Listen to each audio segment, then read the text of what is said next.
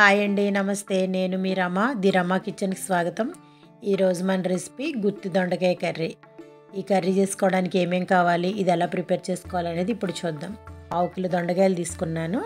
ఈ దొండకాయలు శుభ్రంగా కడిగి రెండు వైపులా కొంచెం ఎడ్జులు కట్ చేసి 4 భాగాలుగా చీల్చి పెట్టుకోవాలి.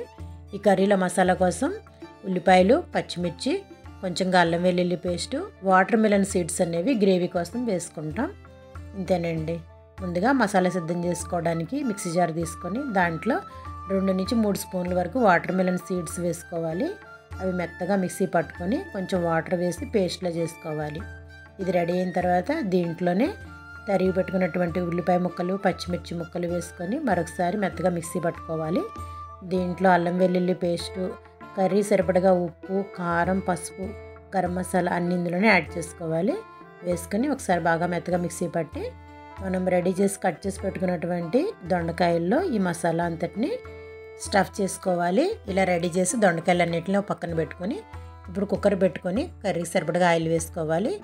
ఈ ఆయిల్ వేడైన తర్వాత మనం రెడీ చేసి పెట్టుకున్నటువంటి దొండకాయలన్నింటినీ దీంట్లో వేసుకోవాలి. ఇవన్నిటిని వేసేసి మిగిలినటువంటి మసాలా ఏదైతే ఉందో దాన్ని కూడా ఈ దొండకాయల పైన వేసేసి సిమ్లో పెట్టి ఒక 10 నిమిషాల సేపు మగ్గించుకోవాలి. సరిపడా వాటర్ వేసుకొని ఒకసారి బాగా కలుపుకొని కుక్కర్ మూత పెట్టి 4 నుంచి 5 విజిల్స్ వచ్చే వరకు వేయించుకోవాలి.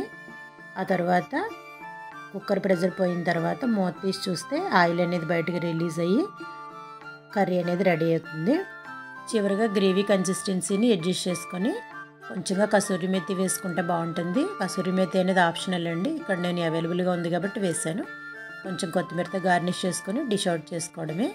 ఈ కర్రీ చపాతీలోకి, రైస్లోకి రెండిట్లోకి కూడా బాగుంటుంది. వేడివేడిగా గుత్తి దొండకాయ కర్రీ అయితే రెడీ అయిపోయింది. ఈ రోజుకైతే ఇంతేనండి. మరిన్ని రెసిపీస్తో ది రమ్మ కిచెన్లో మళ్ళీ కలుద్దాం. బాయ్ అండి.